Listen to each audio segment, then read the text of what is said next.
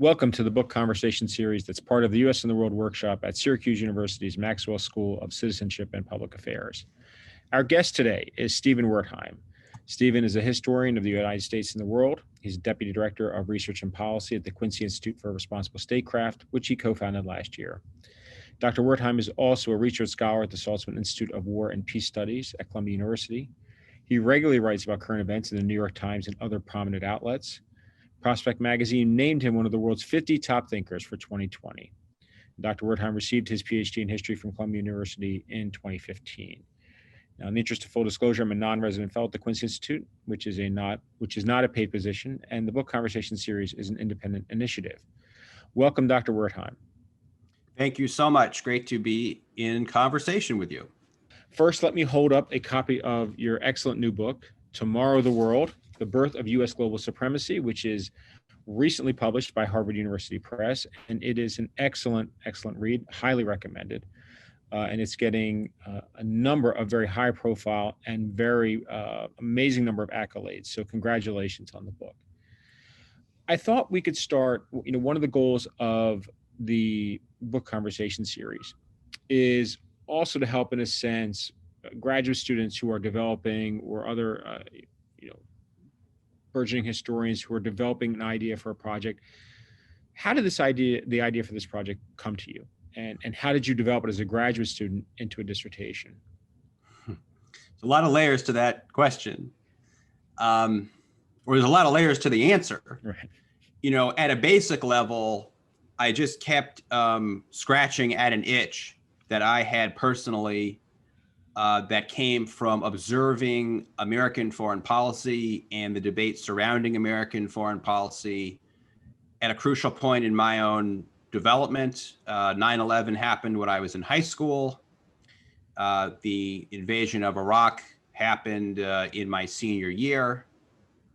And pretty much since that period, at the time, I didn't have a whole lot of prescience, but I read a lot of the debate that was happening and felt instinctively that something was wrong with the whole way that the debate was taking place. And so I, since then, in a number of ways, my scholarship has looked to the past to understand why it was that, first of all, the United States had such outsized power in my own lifetime. And secondly, why the United States conceived of its role in the world in the way that it did, in an exceptionalist way, in an internationalist way, and in a militarized way. So I came to the project more proximately because I had done some work on the World War I period, the status of American internationalism in World War I, and recovered some ideas for a different kind of League of Nations from Woodrow Wilson's parliamentary model. Instead, I showed there was a legalistic form of world organization. And so I kind of had the idea, I'll do the same thing further in time. I'll go to World War II and I'll try to see, can I not, apply my interest in ideas to see what alternatives there were to the UN system or what have you, to try and get a better understanding of both of the alternative courses that the United States might have taken and what actually transpired. And then I quickly found, now we're in graduate school, I quickly found that that was the wrong thing. I was trying to impose something onto the history that wasn't there, because the overwhelming story was that internationalism now meant being anti-isolationist in World War II, as it hadn't in World War I. And what the advocates of this new kind of internationalism were really after was getting the United States to project its power around the world, in the war and in the post-war world. And so through that process, I came to want to write about how the United States acquired the willingness to be the supreme military power in the world, which I recognize was not really on the table in the World War I debate. And that became the central question of the project. So I approached it in this kind of roundabout way. I was scratching an itch, but also recognizing that I took some false starts, and recognizing what was distinctive about the period that I was trying to address. So that's great. I think, especially, this is one of the common themes I think of the different conversations I've had so far, is the project starts in one direction and goes in another. How much of it was driven by archival finds, and were some of the archives used, were they the first time they were used, or were you giving a new look at some archives that had already been poured over? Because that's always an interesting aspect to a project like this. Right. I get uncomfortable if I'm creating a massive amount of work for myself and heading into lots of archives, really not confident at all that I have a project. Right.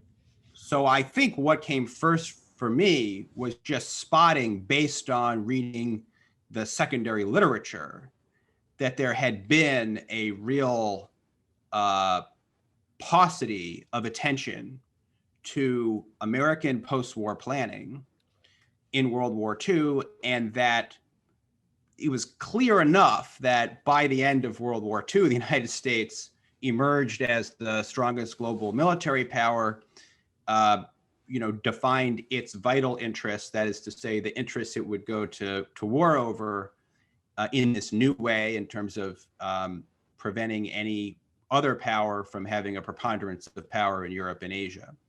So I kind of understood that was the end point, but I knew that we didn't have a good account of how we got there. So I think, as I know the problems with oral history and memory, but to the best of my recollection, I had a sense that there was a real project here to be written, prior to doing a lot of archival research. That said, I was quite surprised by the some of the finds in the archives. I mean, in particular, the set of post-war planning documents from planners in the Council on Foreign Relations. There had been some fairly obscure scholarship that looked at post-war planning. It was quite dated, though, and it was not bringing to it the questions that I wanted to ask. And those sources were just incredible to me. The amount of direct, explicit planning for America's role in the post-war world, where it changes rapidly over time from month to month in the second half of 1940 in the wake of the fall of France. That's when I know I don't have to do a whole lot of tea leaf reading in order to make this kind of subtle argument that, if you look behind FDR's rhetoric, what you really see is this new US aspiration to be the supreme military power. There it was, right? There it was in the archives. Now the United States must hold unquestioned power in the world and preserve the maximum possible area of the non-German world. This is a quote from Council on Foreign Relations Planning in the fall of 1940. So that was a huge revelation to me. Then there were a couple other finds. I think the decision to create the UN was something I also did not expect. When I went to the National Archives to move the story forward, and post-war planners migrated from semi-official spaces like the Council into the State Department, I did not expect this, explicit decision. Should we create a new kind of universal political organization after the war or not? And why or why not? But that actually happened. And again, the issue there wasn't so much that scholars hadn't looked at those documents, since those were official State Department post-war planning documents. The issue was more that they had I think, taken for granted the conceptualization involved. And so they didn't find it odd that there would be a decision to create a new world organization. Instead, they sort of saw, American internationalism triumphing against isolationism in the so-called second chance after the botched first chance of World War I. And so it was obvious to them that US world leadership and international organization would go together. Sure, we'll talk more about why I disagree with that, but I think that, so it was a little bit of both, right? I used some underutilized archives, a couple archives that I think haven't been used at all by figures I found were really fun, who I guess other people don't care about, like Raymond Leslie Buell, who set himself up as like a one-man State Department on behalf of the Henry Luce publications to do all these memos about how the shape of the world was changing. I think that's an incredible archive, but I don't think it had really been tapped. But by and large, these were archives that had been seen before. And I think what was new was the questions I was asking, the pressure I was putting on the sources as a result. Great.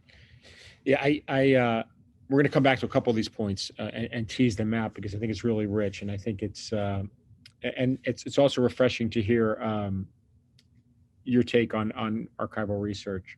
So, this is a dissertation. My take. I mean, I'm just an anxious person. There's no take about it. There's also the kind of, don't forget, there's also the other idea about archival research, which, just go and see what you find, and then just kind of swim through the archive, right? And it'll come to you, right? It's the field of what I call the field of dreams approach, right? So when you're making this transition, you have this dissertation, and how did you start to reconceptualize the project as a book, and what factors did you start to take into consideration? Because this is always, I think graduate students really probably don't think about this aspect of it because you're so focused on just finishing just dissertation, and there are different approaches to dissertation as a book, et cetera. But what did you start to take into account, and as you were starting to think about how do I turn this into a book, and what stays in, what stays out, and why? So I tried to write the dissertation as closely to a book as I possibly could, which I recommend. Talk about what that means, because I think graduate students hear this. Right. Sorry, I don't want to, because you hear this expression, right? So talk about what that meant to you and how you did that, if you don't mind. To me, that meant structure it in a way that does not have a lot of flack. I had a kind of classic 3-part beginning, middle, and end structure. And I think I figured out the structure fairly quickly. I've heard a lot of advice, which, might be good advice in general, that, you should start writing quickly. It's right. Mm-hmm. I did not do that. I did like a year. It probably took me at least a year of archival research before I started writing anything. Right. But what I was doing at that time was modifying a running outline of what I wanted the arc of the dissertation to be. So by the time I got around to writing, I had a sense of what the basic structure would be. And then I wrote from the middle out. I tried to write the most important parts because your thinking changes as you do that. And mine did too. And I literally went from what is the most important, what is the second most important chapter, what is the third most important chapter. So by the end, in that final terrible sprint, with my defense deadline approaching, me, producing paragraphs more quickly than I've ever produced paragraphs before, I was at least in the least important territory Right. by that point. So, yeah, and when it came to revising the dissertation for the book, I will say, so here's the downside to this approach is that the book reflects the fact that I really tried to stay to a particular story I wanted to tell. The book may well not have enough, supple context in it for some readers. Right. There's so much written about the United States in World War II. Again, maybe I'm just bored and I'm driven by arguments, but it really sticks to, this is the argument, boom, boom, boom, boom, boom. And perhaps if by the time I was revising the book, I had a pretty good sense I was going to leave academia for the think tank world. And so some of I did, address some common queries that I had been getting and the readers' comments and so forth. Right. But that also freed me up to sort of produce the book that I wanted to write. And so had I had tenure on the line, I might have covered my posterior a little bit more and added some sections that, explicitly address scholars' concerns. I ended up not doing that because I didn't really have a willingness or a professional incentive to do what I thought would be to sort of bog down the narrative. So there's, what's interesting when we think about these first books, the dissertation of book, right? In the traditional model, right? The traditional academic model. There's one of the reasons why I asked for you to dig into this idea of the dissertation as a book is because they're really two different audiences, right? I mean, there's, essentially with your dissertation, you have an audience of 3, maybe 5, right? And pleasing that, balancing the different interests of those, that 5-person committee or 3-person committee. And to your point, and this audience, and then it changes, right? If in fact you're going for a straight scholarship audience in which, it's really about, the book comes out, it's about a tenure committee and broader reviews for that process, or for a more mass appeal, or your book really kind of, I think you wouldn't have had to worry very much either way. Quite frankly, as I'm reading the book, I don't think there was anything that's not in there that would have actually been seen as a negative. At the same time, you really do, for a general appeal book, and especially with the audience you're targeting, it is a different set of approaches that you have to take, for lack of a better term. And do you want to talk about that a little bit? Like, so what did you start taking into consideration of okay, this is going to be a general mass appeal book, so I that's what I'm interested in, right? What needs to be there, and what do I think is really doesn't need to be there for a mass appeal audience? And you touched on a little bit of that already, but I'm just curious in your own mind what you went through. I didn't cut that much of the main text. I did rewrite entirely the introduction and the conclusion. Great. Yeah. I took out historiography, or relegated a lot of the historiography to the endnotes. But actually, it was pleasurable because my motivation has always been to reframe how we see America in the world, not just speak to a small community of scholars, but to do something that, the attentive public would say, oh yes, that's not how I recognize, without knowing the literature on this, that's different. Yeah. So, I replaced,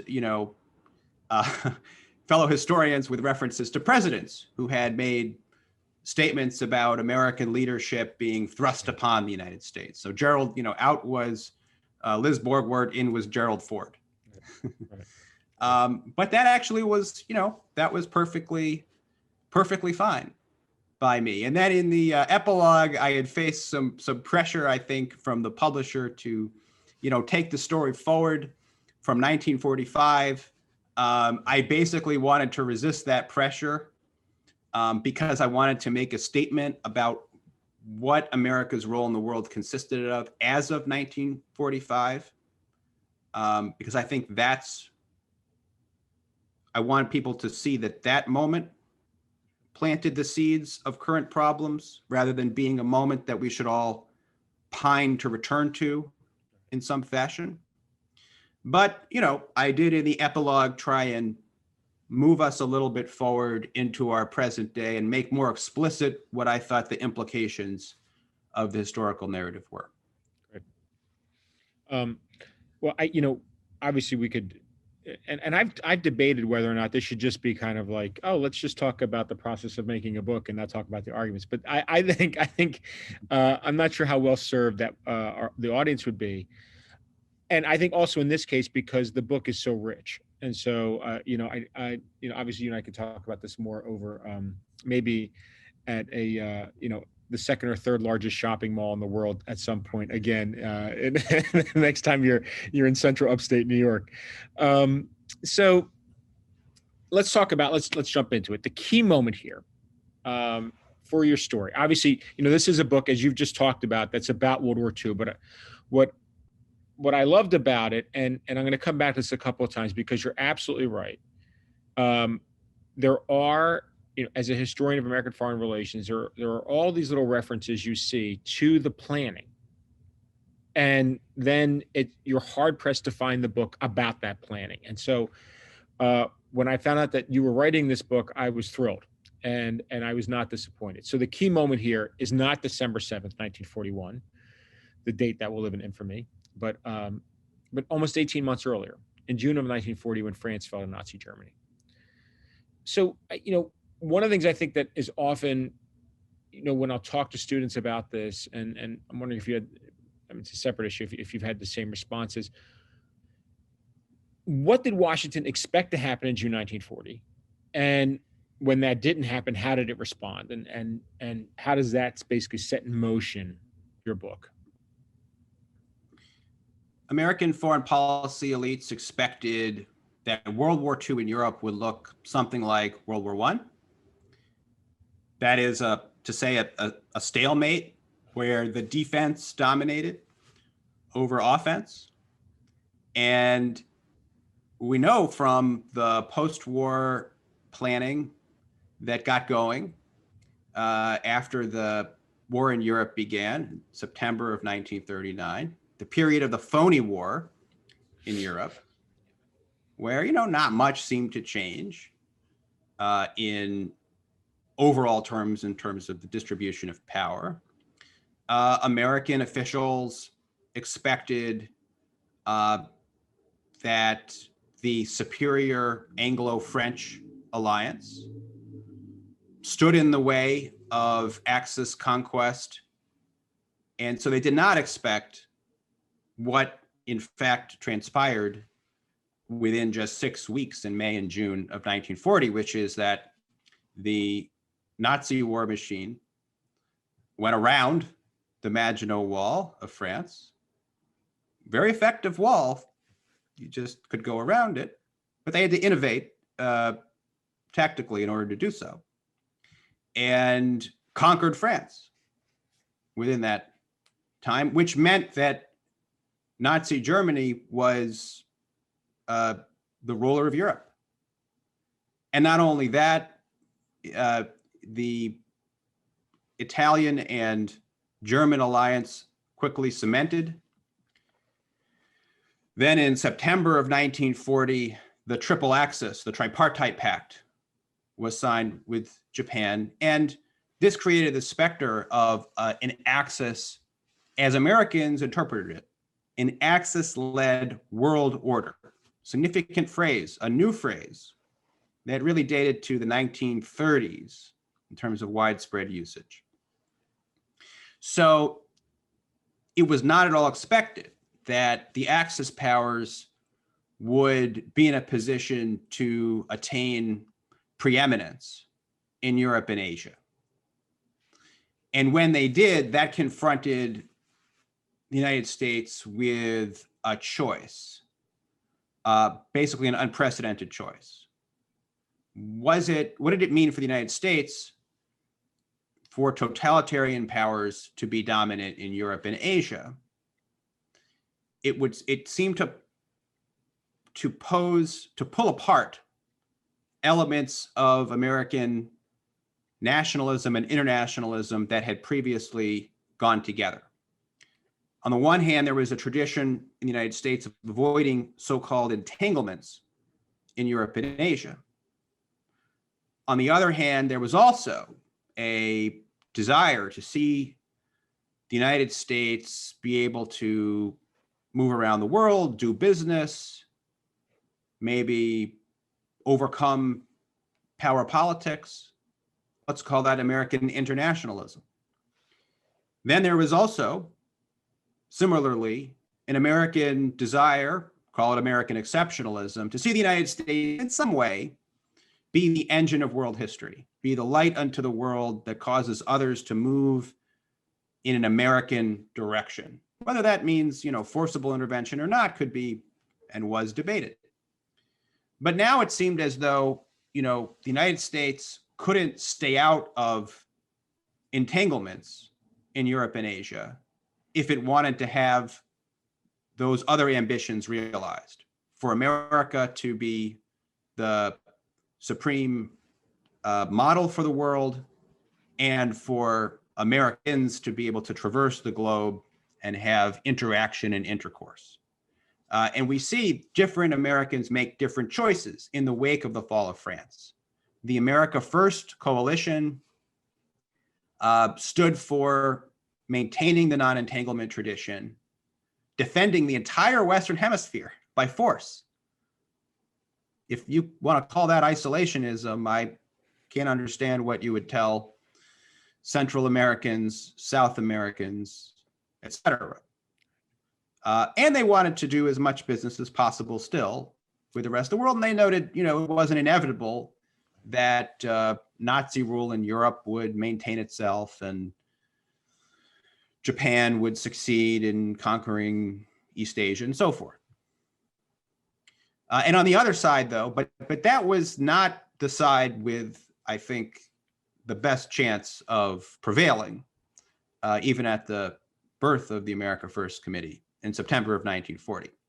The post-war planners, people who had more influence over American foreign policy, came to a very different view that the United States now had to underwrite world order on a global scale and hold itself responsible for doing what essentially Great Britain had done for the past century, underwrite the terms of world order. Now, in fact, what had been known as internationalism, in their view, had failed. It had failed. The aspiration to transcend power politics had been proven hapless, and worse than that, dangerous, if it could be that the Nazis, the Axis powers, could even come close to holding a preponderance of power in Europe and Asia. So not only the United States need to prevent those particular adversaries from achieving their goals of armed conquest, but who is to say that the same thing wouldn't happen in the future unless the United States positioned itself in an essentially offensive way to nip future aggressors in the bud. And that was the view that came to prevail and was worked out in post-war planning and frankly also in public. It wasn't just a kind of secretive thing. This is not a story about a cabal of people. It's about the American elite broadly coming to a new view of America's role in the world. And I think that's really important. So we should dig into, and I think that's one of the things that's really, I think, often overlooked in this period, is, of course, and you've touched on this already, is the role of elites and initially split and then coalescing in a sense. So let's talk a little bit about that split, if you don't mind. And you've already referenced part of this. So over the next 18 months, we do have a fairly raging debate. And on the one side is, as you've already referenced, America First, which is centered, again, to your point about American elites, at Yale, right? I mean, it's hard to think of, another university besides perhaps Harvard, that really kind of, epitomizes the American elite. So you have a number of influential figures who were also involved. 2 future presidents, John F. Kennedy, Gerald Ford. So what was America First, and what did they want? America First was a very broad tent. It was a cross-cutting ideological and political assemblage of people who were united around just one thing. And large. I'm sorry, I didn't want to interrupt, but large. I mean, really, it was not small. It was not a small. No, not small. Had nationwide chapters, although so did their counterparts on the more interventionist side. Right. The Committee to Defend America by Aiding the Allies, which later also spawned a more militant group, Fight for Freedom. Right.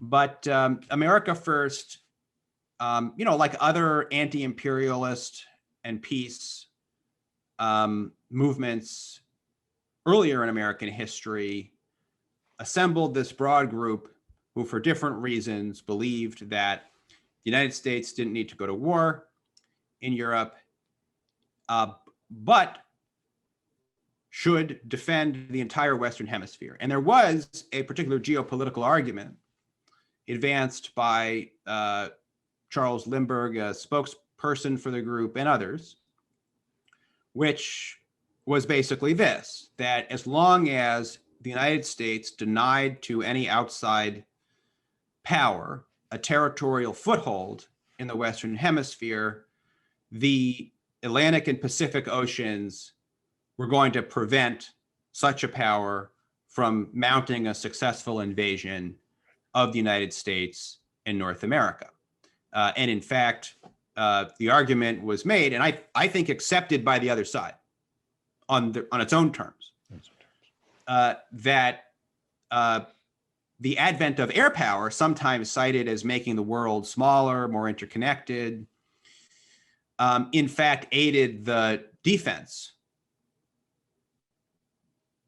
instead of enabling offense, as long as there was water to stop the offense. And so when Britain held on against the German bombing, there was an argument in real time that, wow, if the English Channel can prevent the Nazis from conquering a country, imagine what the Atlantic can do. And again, I think that the basic geopolitical logic there was basically accepted by those who wanted the United States to not only to intervene in the war, but also to become the dominant armed power afterwards. So it was not, as I see it, this was not a real question about motivated by a sort of concrete understanding of what will secure the United States from direct attack. Nor was it a question about how to keep the United States itself prosperous, since the U.S. were looking at that time, especially after the Great Depression, foreign trade was not making the United States prosperous. And again, those people like post-war planners of the Council on Foreign Relations, who came to the view that the United States did need to enter the war and did need to lead the post-war world, they acknowledged that too. Right. So then you have, so that's, now we should talk about the other side, right? And this includes members of FDR's administration. And then, as we'll talk about in a bit, and you've just referenced them, well, why don't we talk about FDR's administration? So the other side of the foreign policy elite who are arguing, no, this is not tenable. Yeah, so my focus is on, what I call the U.S. foreign policy elite in general. There's a lot of work. One of the reasons I think my book remained to be written is that there's a lot of traditional diplomatic history that, if I can put it somewhat pejoratively, tries to read the tea leaves of, like, what does Franklin Roosevelt really think? Right. and a lot of really good work on that in his administration. But I tried to zero in on who is doing the most direct thinking, planning, and articulation about America's post-war role. And that's what I was interested in. And I would go wherever the sources were on those people. And because the US government was quite small, bureaucratically, especially on foreign affairs, heading into World War II, the real action, in my view, fell in these non-official or semi-official spaces. One of them, by the way, was Yale. So Yale wasn't just a hotbed for America First. It also had an Institute for International Studies that came to an interventionist conclusion after initially not. Princeton, another place, one of the first grand strategy seminars led by a historian named Edward Mead Earle was another site of this.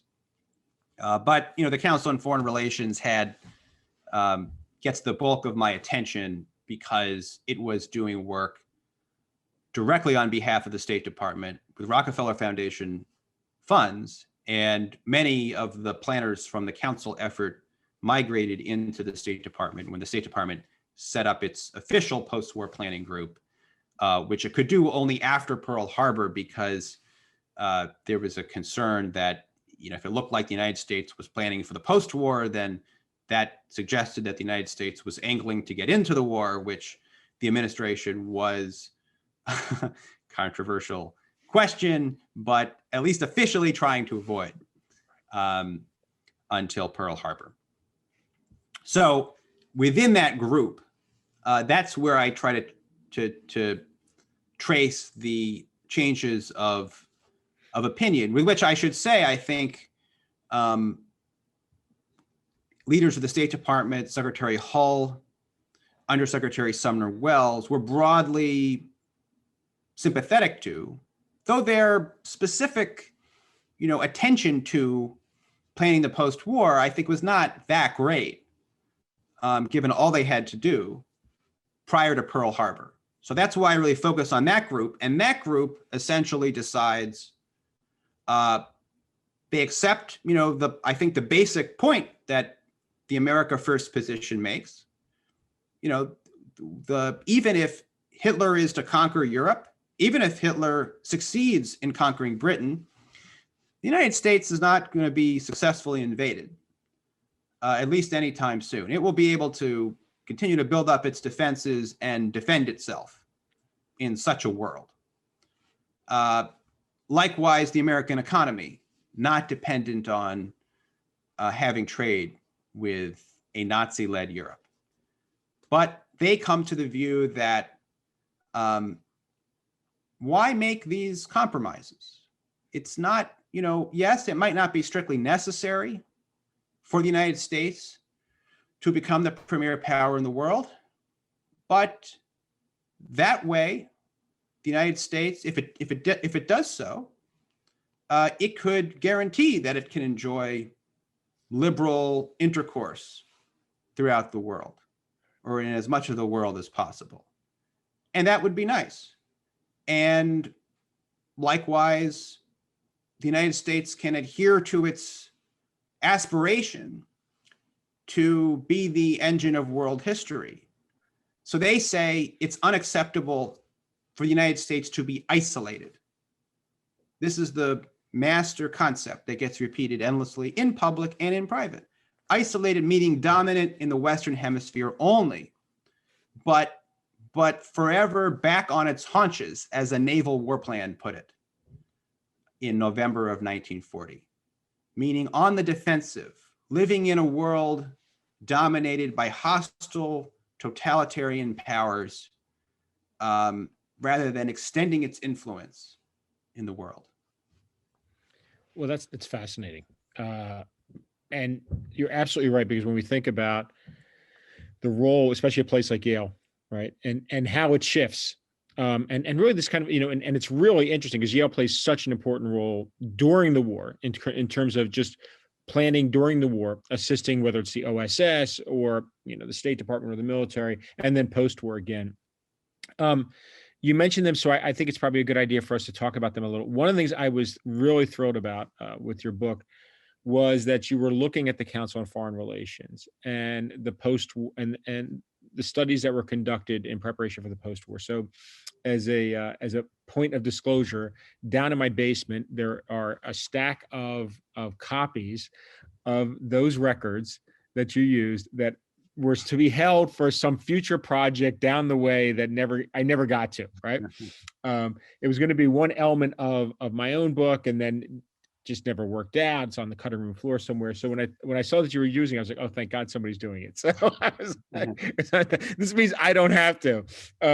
So, okay, you make the point in the book, and I think you very clearly reference this, which is FDR's famous December 1940 fireside chat, where he talks about how the United States will become the, quote, arsenal of democracy, that famous phrase. And at the same time, you describe how the administration begins planning for much more. But it's this organization outside of government, the Council on Foreign Relations that you referenced, that plays such an important role and then is brought back into the State Department. So why do they, right? I mean, why is it the CFR that does this? And how did those discussions develop, if you talk about that? Well, the CFR had become it wasn't the largest. It was a handful of the most prominent foreign policy organizations by the outbreak of World War II, but it was probably the closest to power, as maybe it is today, arguably. I'm not sure about that, but it's in the mix, to be sure. There were other groups like the Foreign Policy Association, which was a more public-facing mass membership group. There was now defunct and almost forgotten Institute for Pacific Relations, which is a major think tank, which had a fascinating confederal structure of different national organizations with membership by members of countries around the Pacific. So the Council on Foreign Relations was well positioned to do post-war planning. And it saw the opportunity early, as soon as the war broke out, to do this. The people there knew Hamilton Fish Armstrong was one of the leaders of the effort. He spent 44 years as the first editor of the Council on Foreign Relations in-house journal, Foreign Affairs.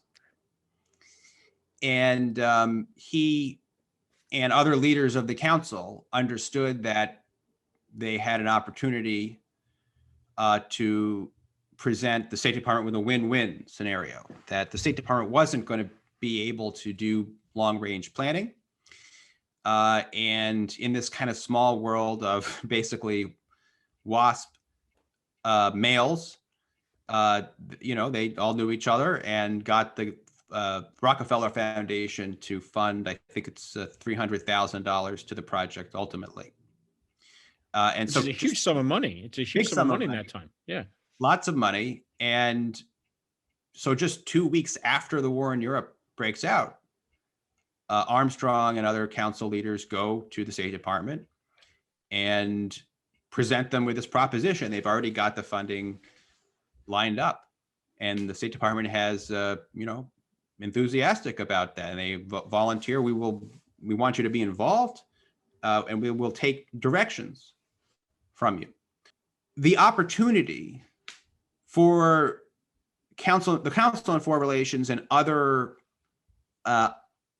unofficial groups to be that influential, I think, quickly elapsed because,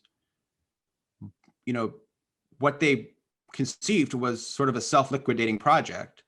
Once the United States actually built up its military, its national security state, it was also going to build up its bureaucracy and be able to do strategic planning in-house. Right.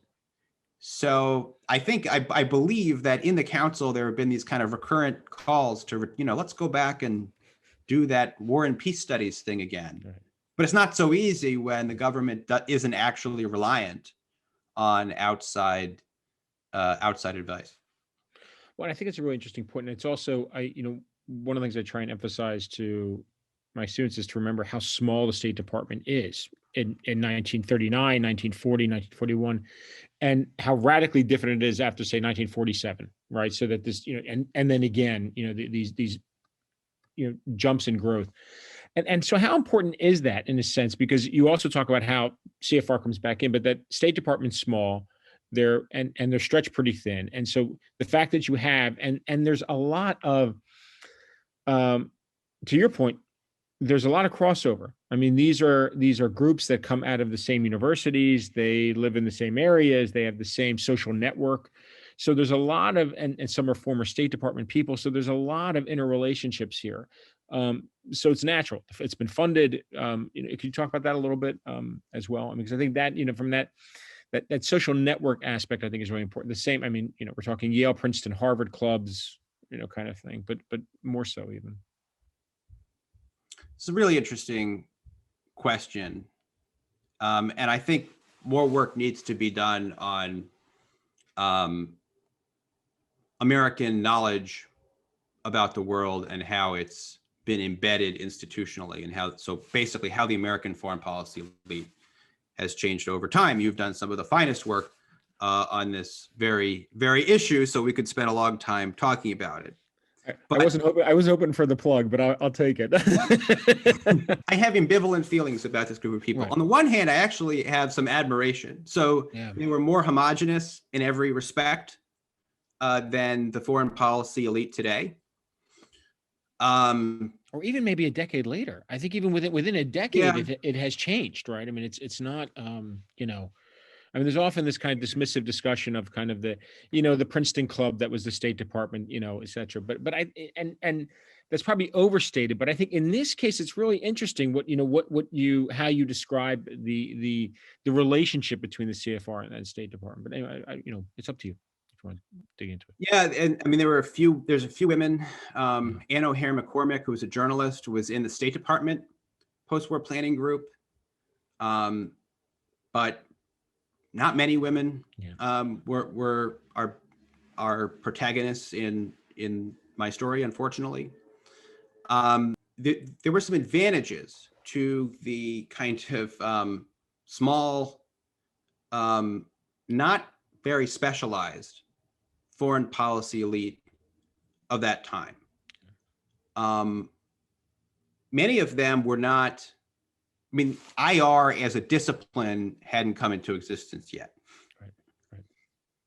So some of them they're businessmen primarily. Whitney Shepherdson, chair of the political group, one of the 4 planning groups of the Council on Foreign Relations. He's an international businessman. On the side, he likes to write about Anglophone unity. But he's an influential figure, joined the OSS during the war, etc. And I think that gave them some resources that we've lost. These people were concerned about American public opinion. And while I'm critical of the project that they conceived and then tried to legitimate to the American public in ways that,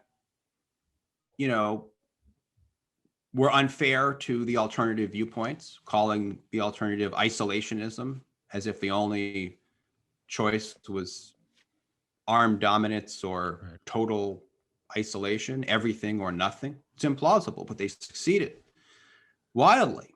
But at least they sort of had a respect for the power of American public opinion, of democracy.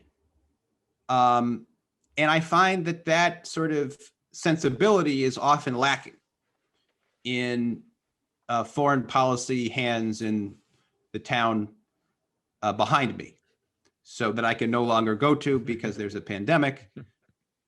Whole nother story. Right. So I think this is really interesting, and we still kind of lack accounts. I taught a graduate seminar on seeing like a superpower that surveys, and some of the finest literature that's been done, including your book, has been done on on these problems, but I think we still lack a kind of single volume narrative that can orient us to these quite profound changes in who makes American foreign policy and who shapes the conversation around foreign policy. And what's interesting is, I think, getting, I think, students to understand, undergrad or grad, how small this community is in the 1940s and how influential it is. I mean, I think what's great about your book is, you have set up essentially that the mindset that you describe on the commitment to primacy, right? How much that then sets up after 47, the foundation for preparations for total war with the Soviet Union, right? And so, as you pointed out, you wanted to stop really with 45, and the epilogue jumps, quite a bit, but really from 45 to 47, we start seeing the building blocks of a full-on national security state. That's then to kind of, to put this into as and I'm hoping we'll have time to talk about it, but for example, General Leslie Groves, who is the head of the Manhattan Project, as much as Robert Oppenheimer gets the attention as the research head, it's Groves who comes back, and this is again one of these tidbit quotes you find that's like, wow, that's really telling, where he says, in post-war planning for military bases, we need to think not 50 years ahead, we need to think 100 years ahead. And that is, you see that quote, and it's like, okay, so what's underlying that? That's, where is this discussion being had? And It's fascinating.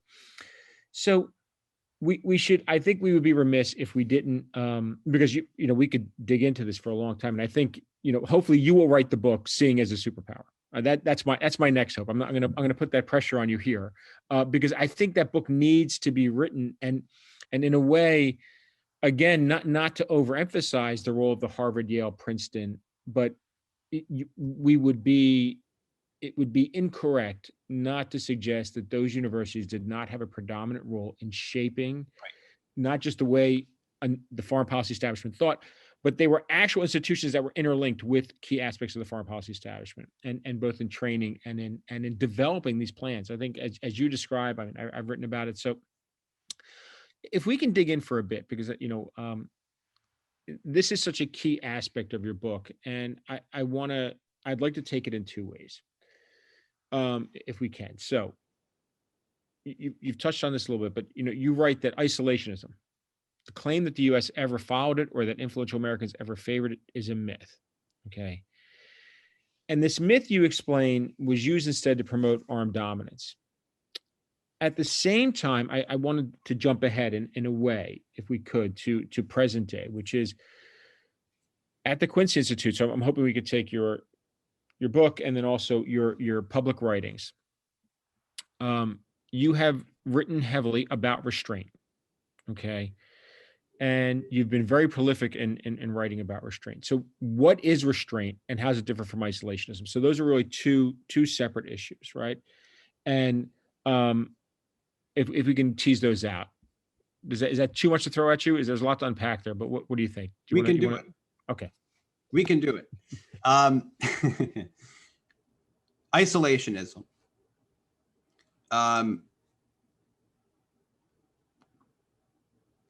We just have to get it out of our minds that there was ever a set of Americans who advocated something that they thought was isolationism, or that could be fairly described as isolationism.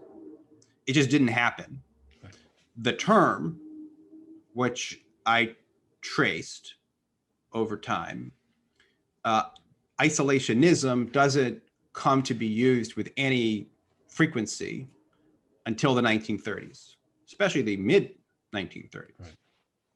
So all that time in American history, still most of the history of the country, nobody even thought to accuse their opponents of being isolationists.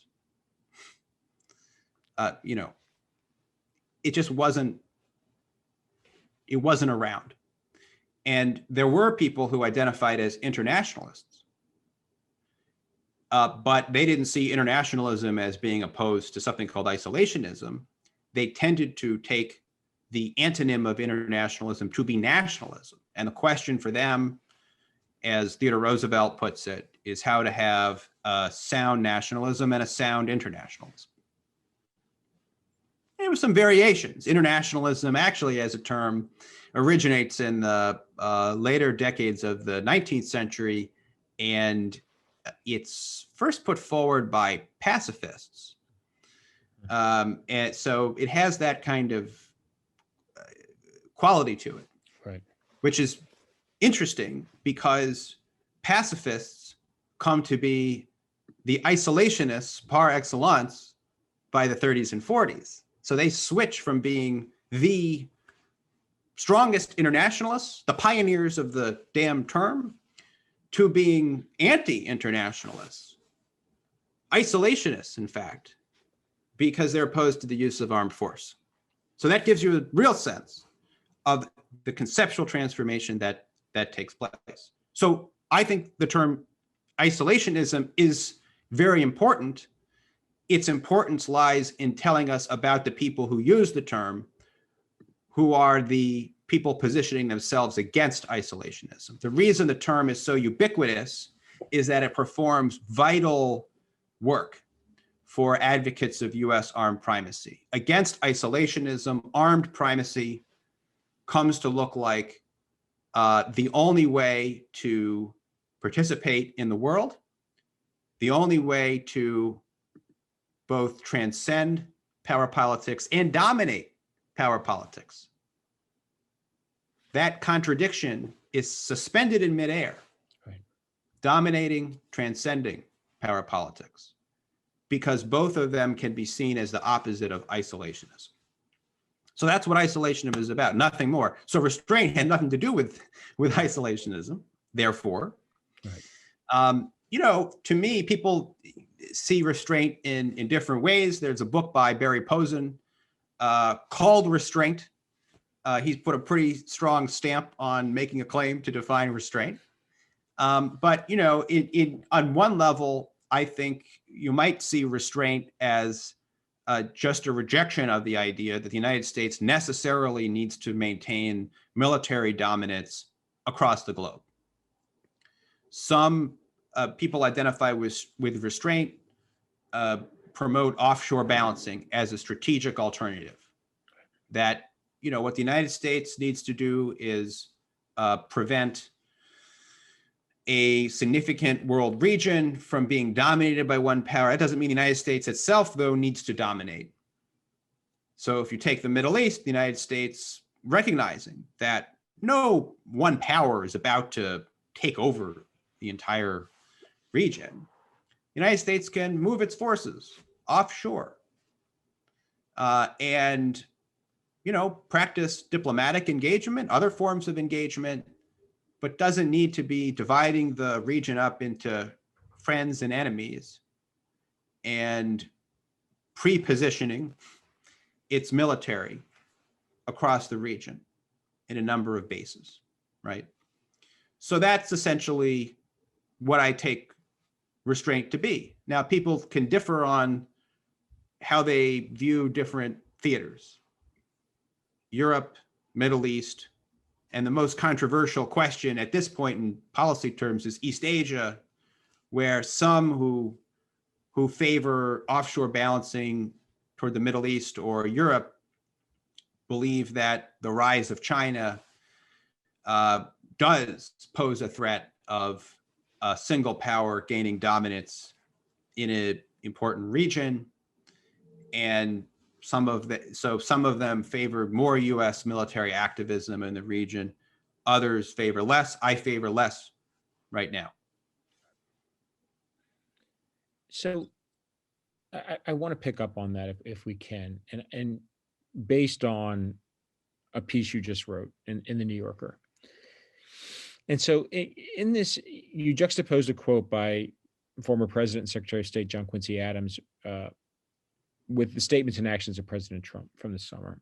And you quote John Quincy Adams as saying that if America became the dictatress of the world, it would no longer be the rule of her own spirit.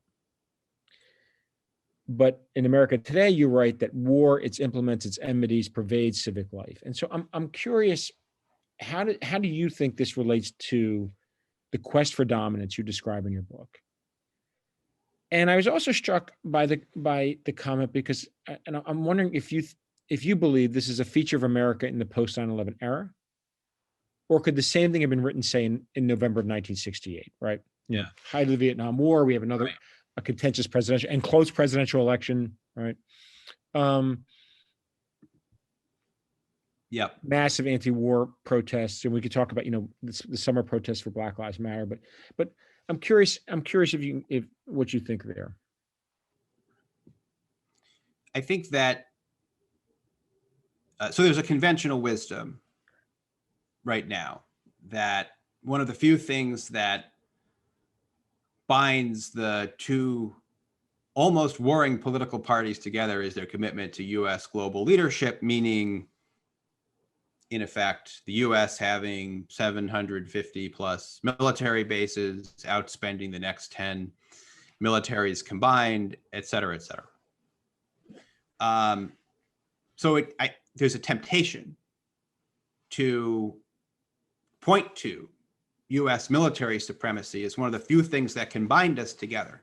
And then you can have a reading of history that goes back to the post-45 period that says that, the world wars were perhaps had domestic benefits. Yeah. They provided a common experience for Americans. The GI Bill, Mary Dudziak, in an excellent book, argues that the specter of the Cold War advanced, though also limited, civil rights in the United States because U.S. leaders didn't want to be embarrassed in this struggle for hearts and minds in the third world, right, in the U.S. competition with the Soviet Union, et cetera. So I think, so whatever you make, like, let's say I grant that World War II and the Cold War were, forces for progress in the United States. Let me just, that's not what I think, but let's just pretend that might be the case. I fail to see the case in the post 1991 period after the collapse of the Soviet Union. Instead, the pursuit of armed dominance has become something like an end in itself, without any plausible specter of a totalitarian order expanding across the world. I mean, that was the original rationale for U.S. global supremacy. And I recognize it has a certain power to it. As long as there is this specter of a totalitarian other. If the choice actually seems to be, well, is it our power, as bad as that is, or their power, that's not an argument I'm going to laugh off.